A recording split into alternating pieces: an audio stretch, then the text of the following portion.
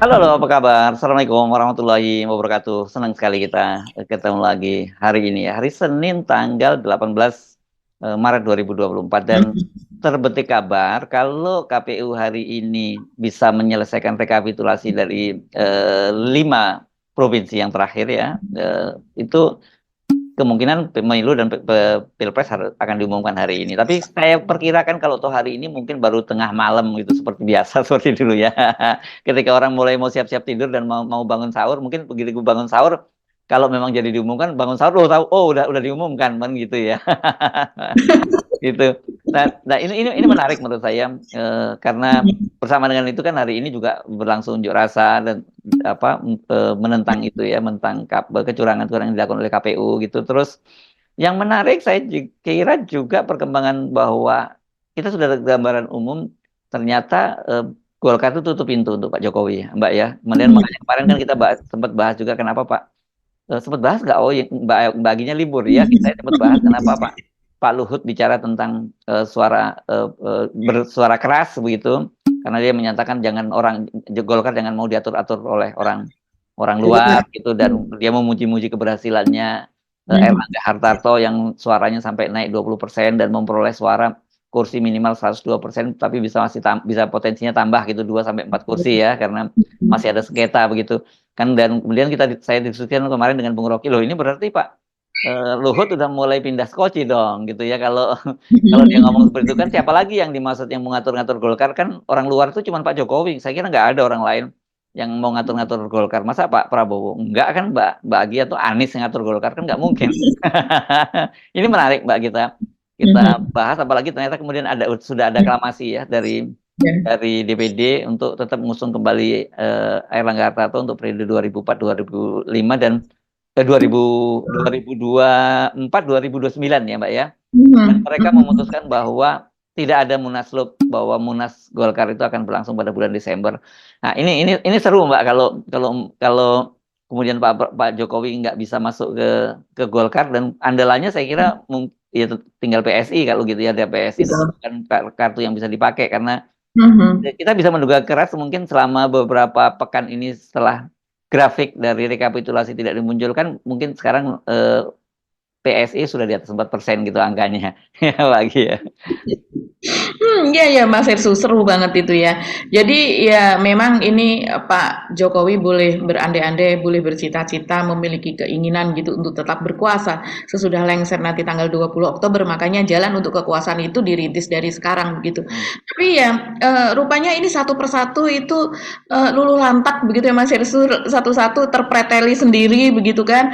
Selain juga soal ingin masuk ke Golkar atau bahkan gitu berkuasa di Golkar, itu soal undang-undang RUU DKJ DKJ ya ya ya ya. ya, RUU DKJ ini juga sepertinya keinginan untuk agar Gibran begitu menguasai Jakarta begitu ya Mas Hersu, lewat tangan-tangan DPR. Ini sepertinya malah justru DPR sendiri yang berbalik terus kemudian menyetujui bahwa Gubernur DKI Jakarta itu tidak dipilih oleh presiden, yaitu dipilih seperti biasa seperti sekarang inilah, dipilih oleh rakyat, tetap memberikan hak kepada rakyat. Terus kemudian juga rencana bahwa Dewan Aglomerasi atau kawasan aglomerasi di Jabodetabek JUR itu akan dipimpin oleh wakil presiden ya, dalam hal ini seperti rencana mereka begitu ya, yaitu adalah Gibran begitu.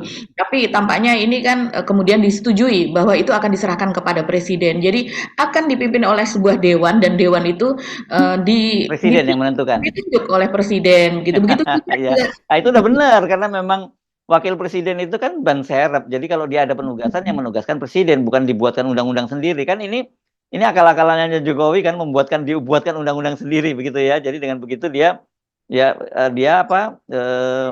yang berkuasa penuh dong. Makanya kita kemarin bilang kalau sampai kemudian aglomerasi itu undang-undang DKJ itu memberikan kewenangan kepada wakil presiden untuk mengelola aglomerasi itu, ya Pak Prabowo nanti tiap hari lihat-lihat pohon-pohon di ibu kota, di ibu kota IKN sana, sementara yang lihat fulus tiap hari ya Gibran gitu, karena kan duit itu ada di aglomerasi itu kan, ada di Jakarta dan sebagainya itu. Jadi saya kira ini makin menarik, dan apalagi kalau kemudian kemarin dikait-kaitkan dengan Pak Jokowi tidak mau menyalami Pak Prabowo meskipun ada di depannya itu waktu bayar zakat itu, orang kemudian duga-duga apakah ini berarti udah mulai pecah kongsi gitu di antara mereka gitu. Dan Mhm. kalau katakanlah, apakah hari ini, apa besok gitu Pak Prabowo itu diumumkan sebagai pemenang, Pilpres gitu, dan saya kira memang angkanya seperti itu yang akan diumumkan oleh KPU lepas nanti dari ada sengketa di mana Mhm. di Mahkamah Konstitusi, ya secara de facto semua orang akan deal-nya dengan Pak Prabowo, tidak lagi ke Pak Jokowi, kan gitu ya Mbak Agi ya.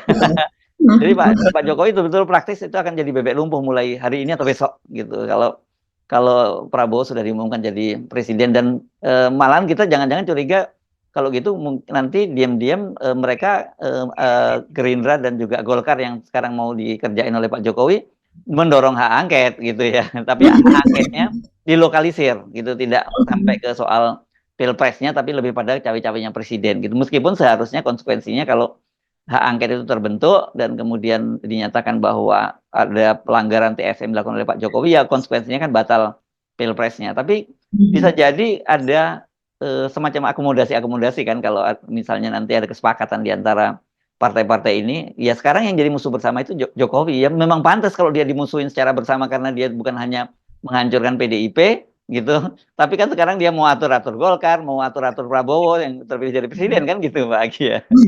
Iya betul sekali Mas Hersу. Dan sepertinya tujuan dari PDIP juga memang seperti itu karena baru saja ada wawancara kan Hasto Sekjen PDIP dengan sebuah media begitu, dan itu cukup menjadi viral sekarang ini. Apa petikan-petikannya, cuplikan-cuplikannya, di mana di situ Hasto betul-betul mengatakan bahwa ini yang bermasalah adalah penguasa yang ingin terus berkuasa. Dia bilang begitu. Dan kemudian dia melakukan segala cara supaya yang menang adalah orang yang dia dukung begitu. Jadi dan dikatakan oleh Hasto bahwa ini tidak ada hubungannya dengan 02 ya, maksudnya hubungannya dengan Pak Prabowo begitu. Ah, Pasangannya, tapi ini adalah kepada orang yang cawe-cawe itu, orang yang membuat apa namanya? Karena di situ dia mention tentang keterlibatan dari Polri begitu ya, dan oknum-oknum dari TNI dan sebagainya. Ada kepala desa yang diintimidasi, terus kemudian anggota-anggota DPR yang terjun ke bawah dan selalu melekat, itu ada 3 orang anggota Polri dan 3 orang TNI, begitu juga ditambah dengan orang Bawaslu menurut Hasto ini ya, menurut pernyataan dia.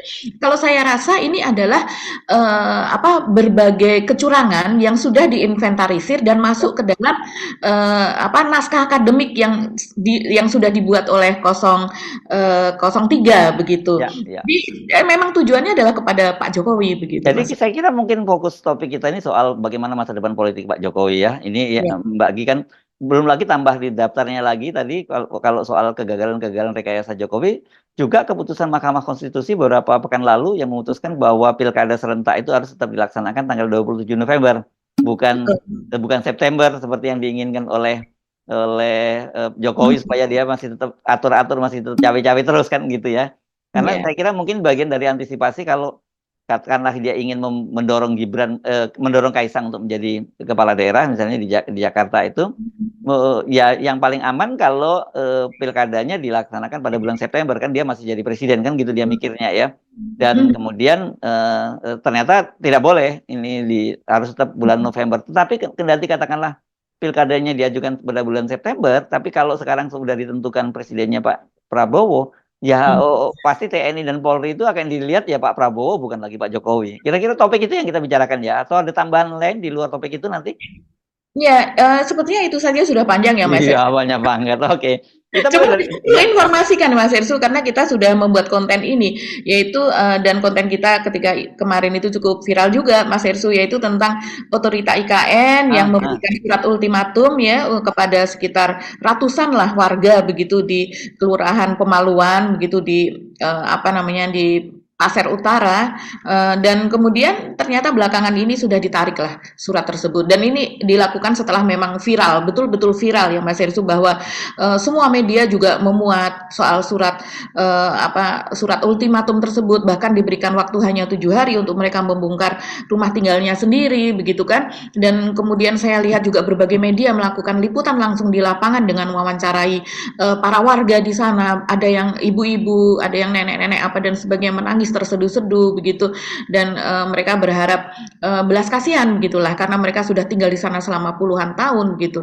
Wajar kalau mereka tidak memiliki misalnya semacam surat resmi, karena memang mereka tinggal turun temurun begitu di sana. Dan kemudian sekarang akhirnya sudah dicabut begitu Mas Hersu. Ini berita ini apa ya? Kita berharap bahwa ini tidak hanya di daerah tersebut saja begitu ya Mas Hersu, karena saat ini juga masih ada itu yang 9 orang yang kemarin ditahan dan kemudian sudah dilepaskan tapi sekarang masih berstatus tersangka. Itu kan penduduk yang tidak bersedia melepaskan lahannya untuk dibuat proyek lapangan terbang VVIP begitu. Sementara Pak Jokowi kan akan segera berkantor pada bulan Juli tahun ini begitu di IKN, dan dia menunggu selesainya lapangan terbang tersebut beserta dengan jalan tolnya Ya begitu. saya kira bagus lah Pak Jokowi mungkin kalau bulan Juli langsung ngantor di di IKN supaya nggak bisa cawe-cawe terus.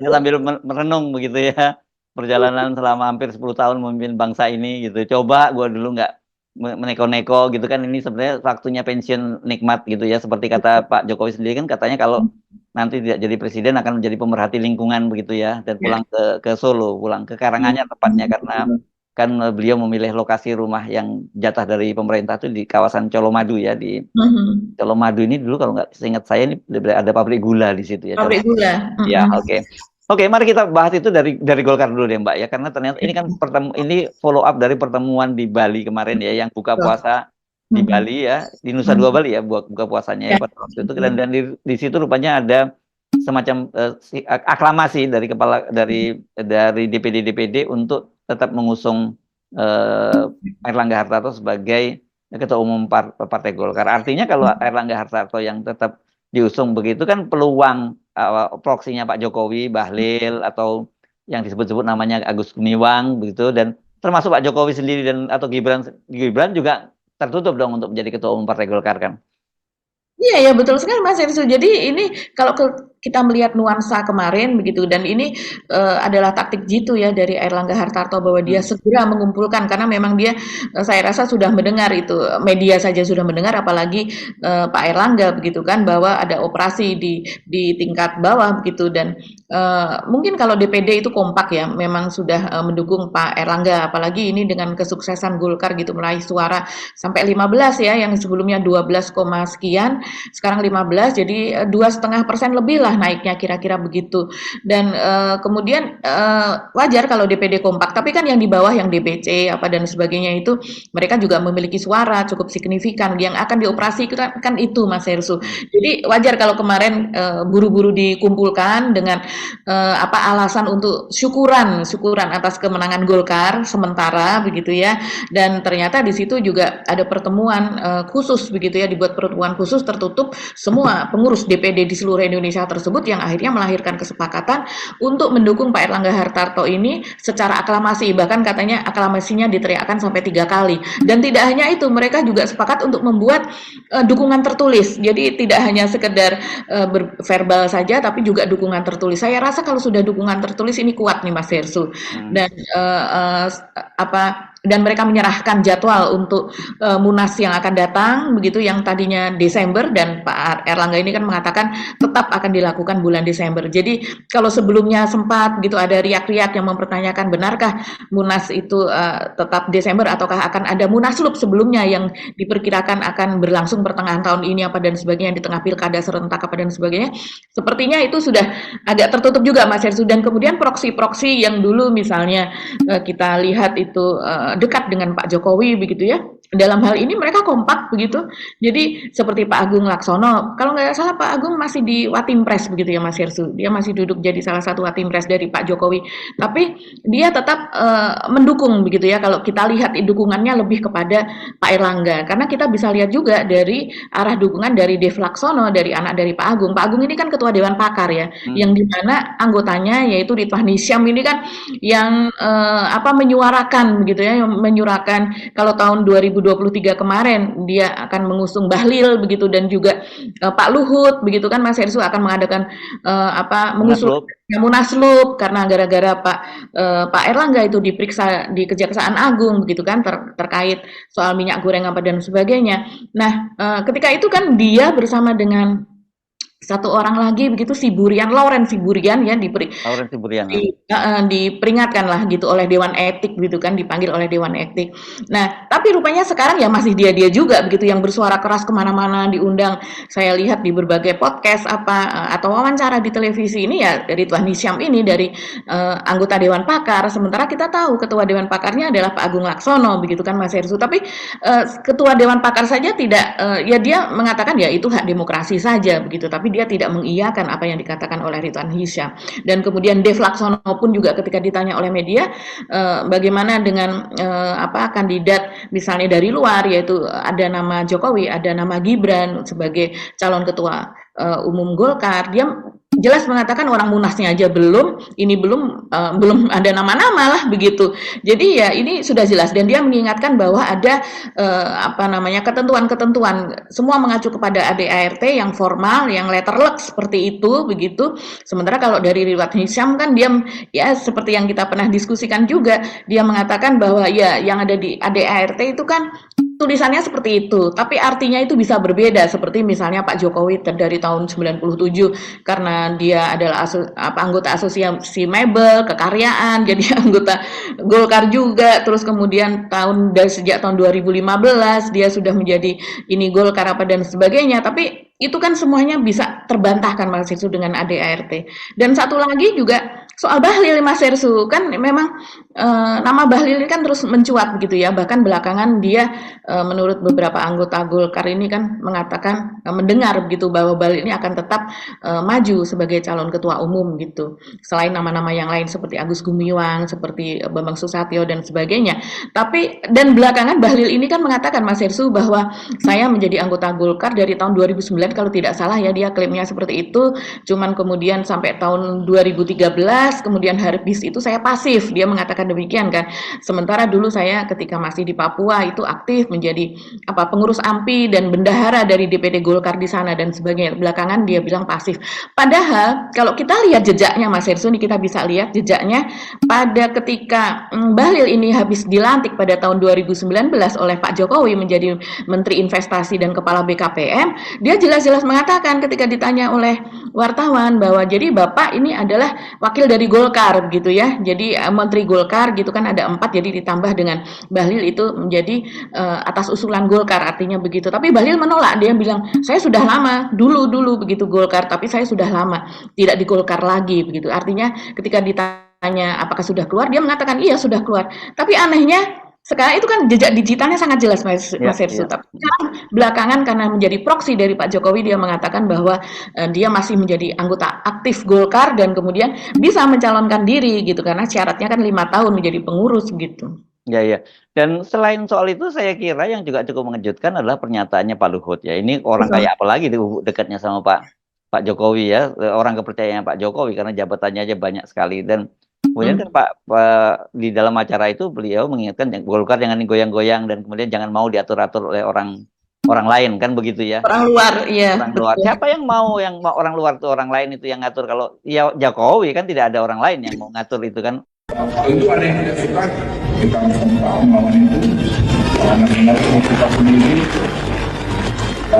coba bermain-main, kan semua terbaca, tidak ada yang terbaca. Kita bisa baca di mana siapa yang bermain sini, bermain sana.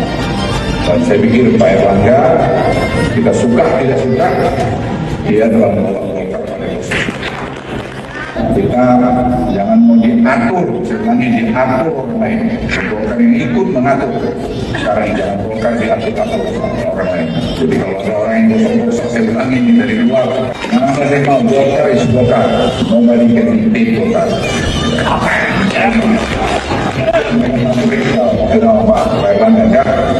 Jangan ada yang mau ngatur-ngatur kita. Kalau kau sama aku kumpul, terlawan aja. Jadi, harus ada posisi seperti itu. Ya, kita harus saling mengingatkan. Kalau memberitahu kita terima kritik, tapi kalau kritik itu destruktif, hadapin aja. Tidak ada yang lebih kuat dari kita kalau kita kompak. Pileg sukses! Erlangga! Erlangga! Sekali lagi Erlangga! Artinya artinya Pak Luhut pun ya dalam barisan yang sama, meskipun orang mungkin mau tanyakan, nggak mungkin dong Pak Luhut melangkah seperti itu. Tapi saya kira sebenarnya apa yang dilakukan oleh Pak Luhut wajar, karena memang Pak Jokowi kan sudah habis masa jabatannya sebagai presiden gitu. Jadi saya kira jangan no hard feeling juga lah, jangan baper juga gitu. Wah, Pak Luhut pengkhianat. Saya kira tidak juga ya kalau melakukan semacam itu ya, Mbak. Jadi kan dia tentu lebih kalau bagi dia mungkin ya saya udah selesai dampingi Pak Jokowi selama 2 periode kan gitu, dan tugas saya sekarang membesarkan kembali Golkar sebagai anggota Golkar kan gitu kira-kira yang kita hitung-hitung, apalagi kemudian dengan suara Golkar yang begitu tinggi, ini kan posisi tawar Golkar terhadap pemerintahnya Pak Prabowo makin semakin kuat gitu ya. Dan kalau toh nantinya Pak Luhut seperti dikatakan tidak akan lagi masuk dalam kabinetnya sekarang kabinetnya Pak Prabowo, tapi kan Pak Luhut tetap punya akses ke kabinet itu yang saya kira sebagai seorang pebisnis dia mementingkan itu juga begitu loh.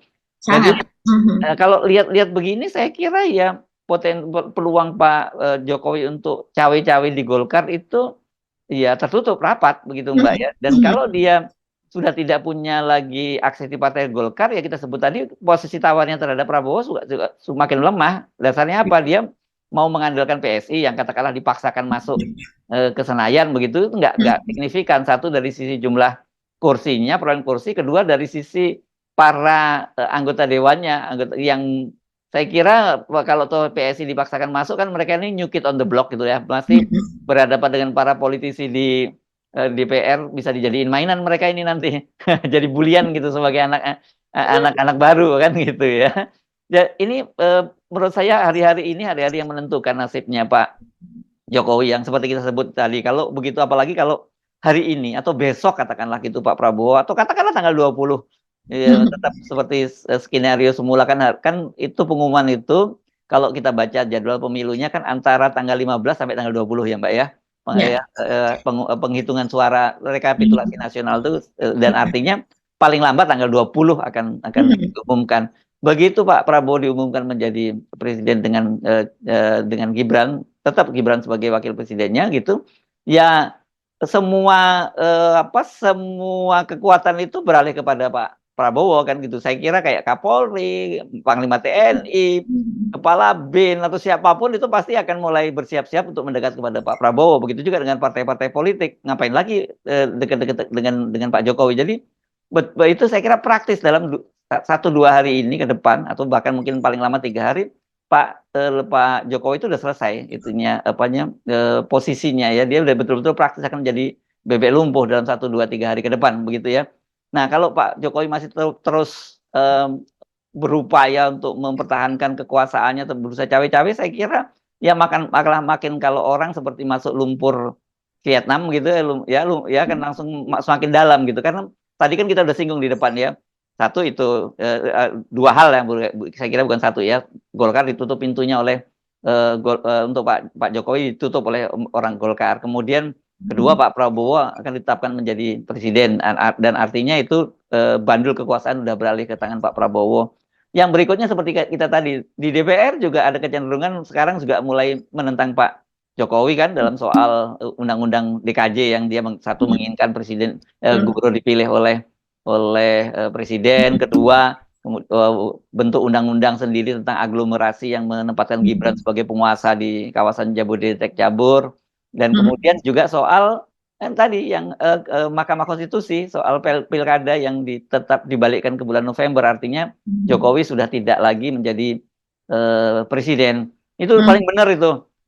Karena kita lihat aja sekarang pemilu dengan adanya Jokowi jadi presiden itu memang betul-betul berantakan kan. Bener lah para pengamat menyebutkan kalau mau pemilu berintegritas, antara lain seperti Profesor Saiful Mujani ya, ini yang dulunya pendukung Pak Jokowi, juga menyatakan kalau mau pemilu berintegritas ya itu Jokowi harus dijauhkan dari pemilu. Dan terbukti memang betul ketika dia masih tetap berkuasa, pemilunya berantakan. Pilkada kalau masih ada Jokowi juga, walaupun di ujung kekuasaannya bakal berantakan lagi gitu. Jadi ini betul-betul satu persatu mulai dipreteli perannya Pak Jokowi, dan sebenarnya itu wajar, biasa saja harusnya gitu loh Mbak ya, sebagai seorang presiden yang sudah 2 periode akan mengakhiri jabatannya, ya memang betul dia harus dengan legowo menyerahkan itu pada penggantinya. Tetapi ini kemudian menjadi seolah-olah, ini kesannya kan gitu ya, kesannya kok seolah-olah ini nasibnya Pak Jokowi mengenaskan itu ya karena ulahnya Pak Jokowi sendiri gitu loh. Padahal sebenarnya kalau Pak Jokowi tidak cawe-cawe seperti sekarang, dia akan terhormat gitu ya, turun 2 periode jadi presiden. Kan baru 2 orang Mbak yang bisa jadi presiden itu 2 periode gitu ya. Itu yang pertama Pak SBY, yang kedua Pak Jokowi. Ini di era demokrasi ya, beda dengan orde lama dan orde baru gitu. Ini kurang apa lagi gitu loh, ya kan? Iya, iya, betul Mas Ersu. Jadi kalau seandainya kita melihat ya dari pihak Golkar ini kan yang berbicara ya Pak Abu Rizal itu sebagai Ketua Dewan Pembina, dan dia menitik beratkan kepada persyaratan itu tadi. Ya bisa saja dia memang dia mengatakan bisa saja Pak Jokowi menjadi Ketua Umum Golkar, tapi kan harus mengubah ADART, dan mengubah ADART harus persetujuan semua DPD begitu, dan itu akan sangat-sangat sulit sekali begitu kan. Apalagi sudah ditutup dengan DPD semua sudah aklamasi secara verbal dan juga secara tertulis. Nah, ini Ketua Dewan Pembina sudah mengatakan demikian, dan kemudian juga Sekjen Golkar begitu ya, Ludwig Paulus, Frederick Paulus juga mengatakan demikian. Semua DPD mengkonfirmasi sudah mendukung kepada Pak Airlangga Hartarto. Begitu juga Ketua Dewan Penasehat yaitu adalah Pak Luhut, kemudian Ketua Dewan Pakar yaitu Pak Agung Laksono begitu kan. Jadi ini istilahnya senior-senior para mbah-mbahnya Golkar ini sudah semuanya ini mendukung kepada Pak Airlangga Hartarto. Jadi sepertinya memang sudah tertutup. Yang kalau seandainya kita melihat ini semua memang sudah merapatnya kepada Pak Prabowo begitu ya. Kalau yang sebelumnya ya kepada Pak Jokowi, bagi-bagi Pak Jokowi dan Pak Prabowo. Kalau sekarang kita melihat apalagi kedekatan Pak Abu Rizal dengan Pak Prabowo itu kan memang sudah sahabat karib betul gitu. Iya, udah sejak pemilu 2014 ya. 2014 begitu. Golkar ini di bawah kepemimpinan Pak Abu Rizal ketika itu kan mendukung kepada Pak Prabowo. Dia salah satu menjadi partai yang mengusung Pak Prabowo begitu, dan kemudian itu sampai berlangsung sampai 2 tahun sesudahnya Golkar berada di luar gitu kan, karena tidak betah lah di luar, dan kemudian juga ada operasi terhadap kepemimpinan Pak Abu Rizal gitu. Ketika itu ada kepemimpinan kembar yang digunakan ketika itu adalah Pak Agung Laksono begitu ya. Sempat dua sahabat ini loh, ini orang yang sangat-sangat dekat, memiliki perusahaan aja sama-sama begitu ya, dan kemudian akibat operasi itu mereka ketika itu saling beroposisi begitu kan, saling berseberangan begitu. Nah, sesudah itu kemudian sekarang kalau yang kita lihat ya Mas Hersu, ini kedekatan Pak Prabowo itu dengan Pak Abu Rizal ini juga tetap, dan kemudian juga bagaimana kita tahu kedekatan dari Pak Prabowo ini dengan Pak Luhut. Pak Prabowo selalu memakai bank kepada Pak Luhut, dan kapanpun diajak makan siang oleh Pak Luhut selama ini juga selalu mengiyakan karena senioritas itu tadi ya di militer begitu, kita lihat kedekatannya. Dan pernah jadi komandan dan wakil komandan. Betul, iya. 81 kan, jadi detasemen teror yang awal itu kan komandannya Pak Luhut dan wakilnya Pak Prabowo kan, itu ya. Iya, iya. Jadi ya banyak Mbak, kedekatannya banyak, termasuk dengan Pak SBY. Kan kita juga lihat gerakannya Prabowo ketika habis selesai Pilpres itu kan, kemudian dia tidak lama kemudian sowan ke Pak SBY di sana di Trenggalek ya. Iya. Di Trenggalek betul ya? Di Pacitan, sorry. Pacitan ya, ini lupa aja saya, deket-deketan sama-sama daerah pantai ini ya. Di Pacitan, dan kemudian dari sana ke Pacitan ketemu Pak Abu Rizal Bakri di rumahnya Pak Abu Rizal Bakri, dan beberapa hari kemudian ketemu lagi dengan Pak SBY gitu ya. Jadi ini memang menurut saya kalau Pak ini mereka adalah circle lama lah bisa dikatakan gitu kan. Ya. Dibandingkan dengan circle yang ini, sebetulnya Pak Jokowi adalah new kid on the block begitu kan. Dan kalau hubungannya dengan Pak Luhut, sesungguhnya Pak Jokowi ini inferior, karena dia sebenarnya ketika dulu ketika bisnis di Solo dengan bisnis PT Rakabu itu, waktu dia masih bisnis mebel, itu kan justru partneran dengan Pak Luhut ya, pada Pak Luhut kan tokoh nasional, sementara Pak Jokowi ya orang kampung lah, wali kota di Solo begitu. Jadi hubungannya tentu saja tetap Pak ini lebih superior Pak Luhut itu dibanding kepada Pak Jokowi. Saya kira kita baca petanya seperti itu, dan sekali lagi menurut saya ini sebenarnya biasa saja harusnya. Hal seperti itu udah lumrah kalau ketika dia mengakhiri masa jabatannya. Tapi karena dia masih terus ingin cawe-cawe, ya itu yang jadi masalah. Jadi, dan kemudian juga Anda sebutkan sekarang Balik ya sedang bekerja ya, membahas soal undang-undang DKJ ya. Itu kan saya baca judulnya malah soal ada media menulis bahwa rame-rame diketawain soal presiden soal gubernur DKI mau dipilih oleh presiden itu kan gitu, artinya ditolak rame-rame tapi sambil ketawa mereka nolaknya gitu. Nah kalau kemudian artinya nanti aglomerasi itu disepakati juga bahwa itu diserahkan kepada presiden, ya selesai itu berarti powernya Pak Jokowi satu persatu dipreteli gitu Mbak Agi. Iya, iya, iya. Kita melihat seperti itu sih Mas Hersu, apalagi walaupun orang mengatakan bahwa ya, tapi kan anak Pak Jokowi menjadi wapres. Iya betul menjadi wapres, tapi itu tadi ya, posisi wapres adalah sebagai ban serep. Kalau seandainya Pak Prabowo ingin memperlakukan Gibran sebagaimana Pak Jokowi sekarang terhadap Pak Maruf Amin, itu juga bisa terserah kepada Pak Prabowo begitu. Dan kita tahu semua peraturan perpres misalnya peraturan presiden, terus kemudian keputusan presiden, kepres dan tidak ada cap wapres, tidak ada perwapres begitu kan, keputusan dari wakil presiden tidak ada gitu kecuali dan saya sih aku yakin ya Mbak ya, kalau itu diserahkan kepada presiden ya soal aglomerasi itu, saya aku yakin pasti tidak akan diserahkan pada Gibran. Ya, satu di luar soal capacity gitu ya yang Gibran, yang kedua saya kira ya itu tadi soal bahwa loh masa ini sumber duit yang begitu gede semua dikelola oleh Gibran, ya nanti presidennya kalah kalau kayak gitu, kan gitu ya. Pak Prabowo pasti punya malah banyak kandidat lain yang mungkin lebih bisa dipercaya untuk pegang aglomerasi, ya kan gitu. Betul. Dan kita lihat juga Pak Prabowo juga pasti tahu lah ini permainan ini begitu, bahwa suara dari usulan dari PSI supaya Pak Jokowi itu menjadi ketua dari koalisi, kita mendengarnya saja aneh sekali Mas Hersu. Jadi bagaimana ketua koalisi dari Kim ini kan berarti, nah Pak Prabowo sendiri begitu untuk membesarkan partainya itu kan jungkir balik begitu ya kalau kita melihatnya, dan kemudian dia berusaha untuk naik menjadi RI 2, RI 1 itu kan juga bertahun-tahun, dan ketika sekarang tiba-tiba seorang Jokowi yang tadinya bukan ketua umum partai ingin menguasai 3 partai setidaknya di situ beserta dengan partai-partai yang tidak masuk parlemen begitu, ini kan sesuatu yang berarti Gerindra ada di bawah dia begitu kan. Ini hal yang tidak Demokrat juga loh Mbak, 4 partai dong, ada Golkar, ada Gerindra, ada PAN dan ada Demokrat, ada 4 partai. Ada 4 partai parlemen, ini luar biasa sekali kalau seandainya dia menjadi ketua dari koalisi ini bisa dikatakan bahwa artinya dia juga ikut mengatur kabinet begitu kan, bisa dikatakan yang tadinya Pak Jokowi adalah petugas dari Ibu Mega, petugas dari PDIP, nah sekarang dia ingin Pak Prabowo menjadi petugasnya Pak Jokowi, kan kurang lebih demikian dari PSI. Dan bahasanya kan bisa, emang siapa lu gitu ya. Dan kalau kita melihat Mas Hersu itu sepertinya memang ketika itu dikeluarkan oleh PSI begitu kan, dan ini yang mengeluarkan adalah Grace Natali yaitu wakil Dewan Pembina dari PSI, kita tidak mungkin ini terceplos begitu saja dengan begitu. Dan jangan lupa Mbak, Grace menyebutnya itu adalah usulan dari Jeffrey Giovanni loh, bukan usulan.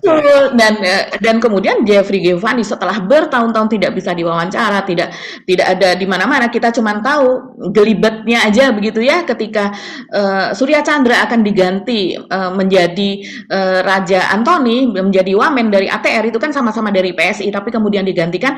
Konsultasi Pak Jokowi ini kan dengan memanggil Jeffrey Giovanni dari Singapura, dipanggil ke sini bukan dengan Giring sebagai ketua umum partai PSI, bukan, tapi dengan Jeffrey Giovanni sebagai ketua Dewan Pembina. Itu ada jejak digitalnya juga bahwa yang dimintai pendapat itu adalah Jeffrey Giovanni. Dalam hal ini kalau kita melihat seperti ini Mas Hersu, baru saja Jeffrey Giovanni kalau saya lihat dia datang ke acara podcast dengan Bang Akbar Faisal begitu, dan di situ dia bicara panjang lebar, kemudian dia mengeluarkan semacam doktrinnya lah begitu ya, dan berbagai alasan-alasan kenapa Pak Jokowi harus memimpin partai koalisi tersebut, bagaimana peran Pak Jokowi ke depan. Ya kita kalau melihat ini adalah suara oligarki lah, ini titipan begitu kan, karena kita tahu bagaimana posisi Jeffrey Giovanni ini ketika dia membangun PSI begitu kan, kita lihat ada di belakangnya ada oligarki, karena di situ dulu juga ada tangan kanan Ahok dulu, namanya siapa tuh Mas Hersu?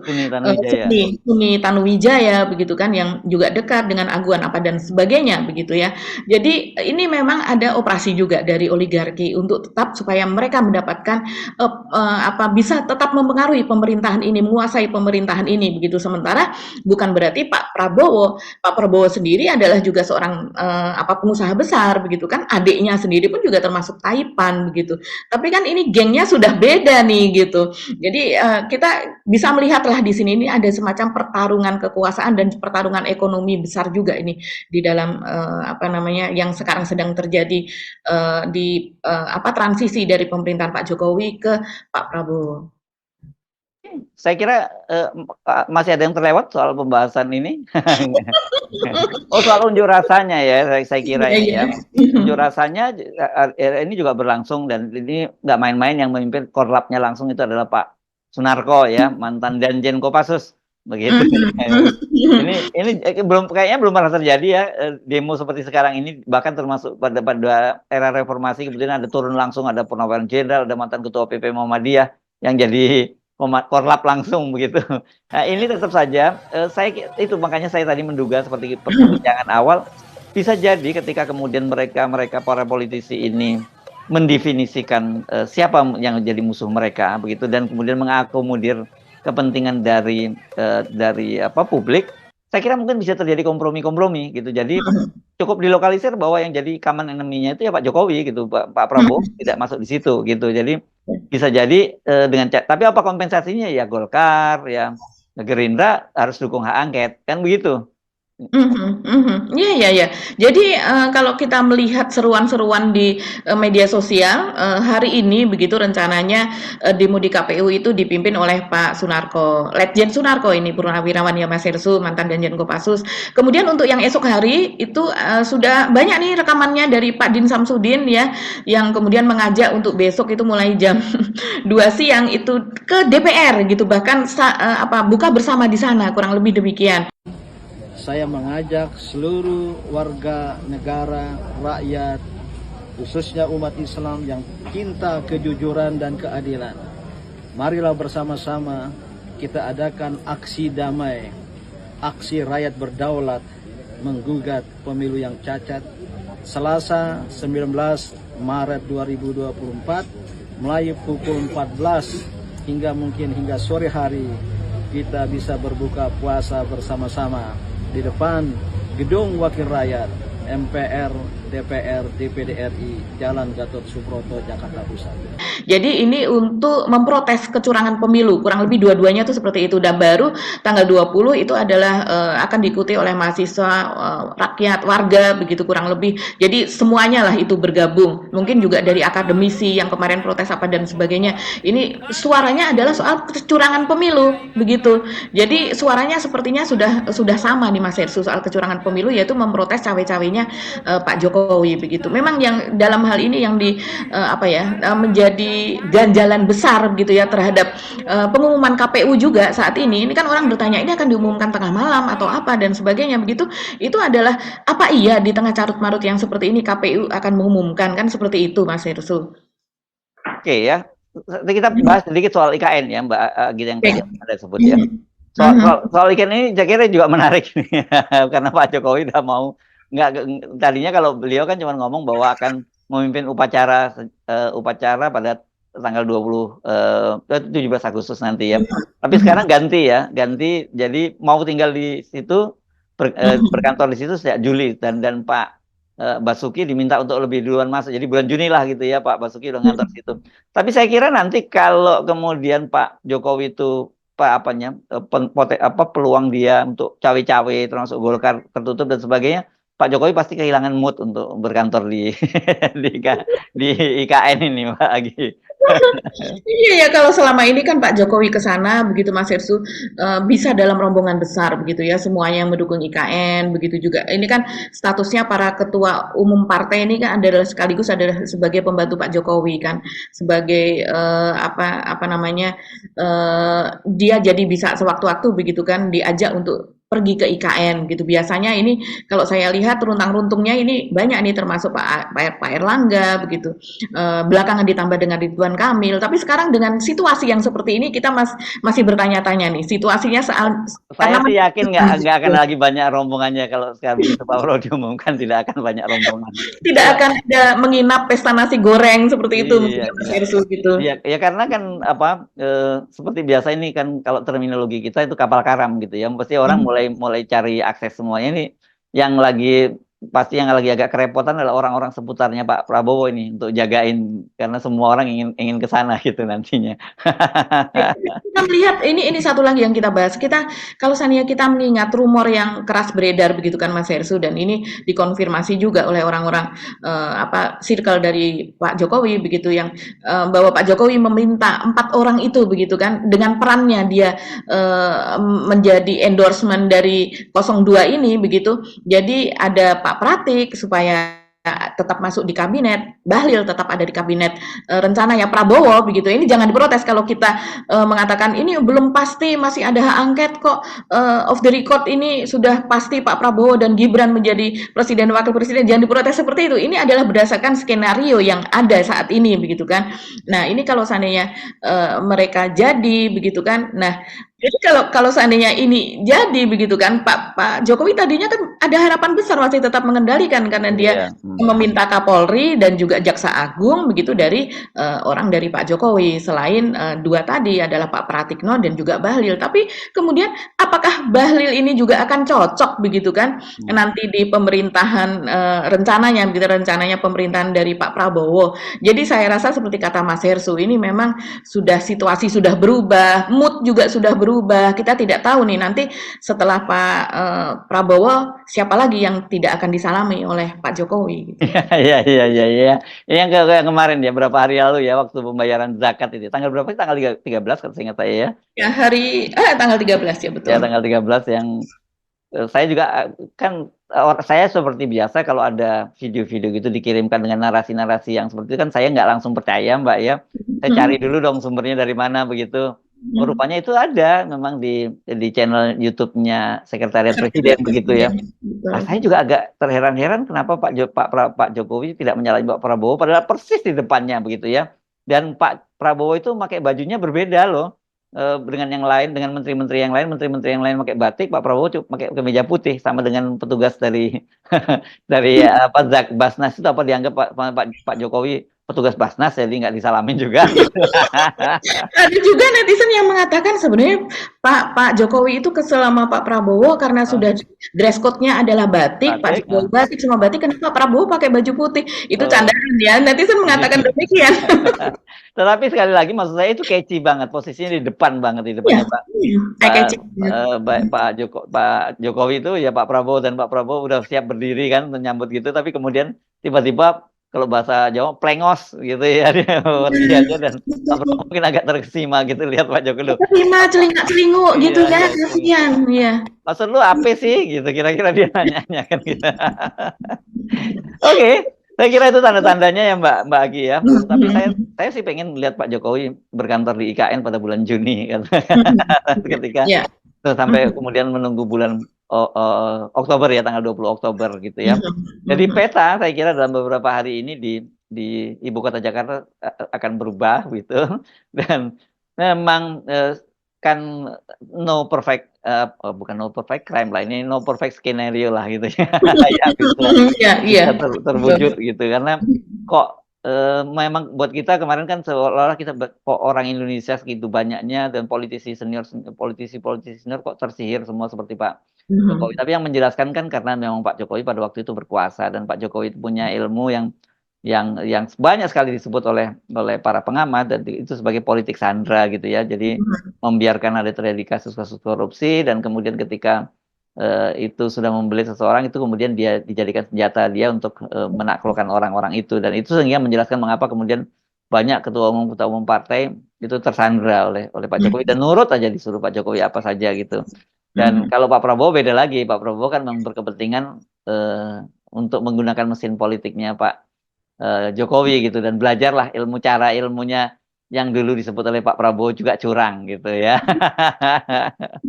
Iya, iya, itu seperti yang dikatakan oleh Pak Legend Sunarko yang dia mengatakan bahwa Pak Prabowo ini sebenarnya mengetahui semua kecurangan yang terjadi Ya. ini. Iya, Gitu. iya, iya, iya. Oke, Bagi. Kita obrolin sampai besok. Mudah-mudahan kita besok ketika bicara sudah ada perkembangan yang lebih baru lagi berkaitan dengan posisi konstelasi politik nasional ya, Bagi. Sampai ketemu lagi, kita ucapkan selamat menjalankan ibadah puasa. Sekarang udah masuk hari keberapa ini, Mbak Agi ya? Hari ke-7 ya hari ini ya? Ya, hari ke-7 ya. Nah, Hari ke-7 dan ke-8 lah. Oke, tetap semangat ya.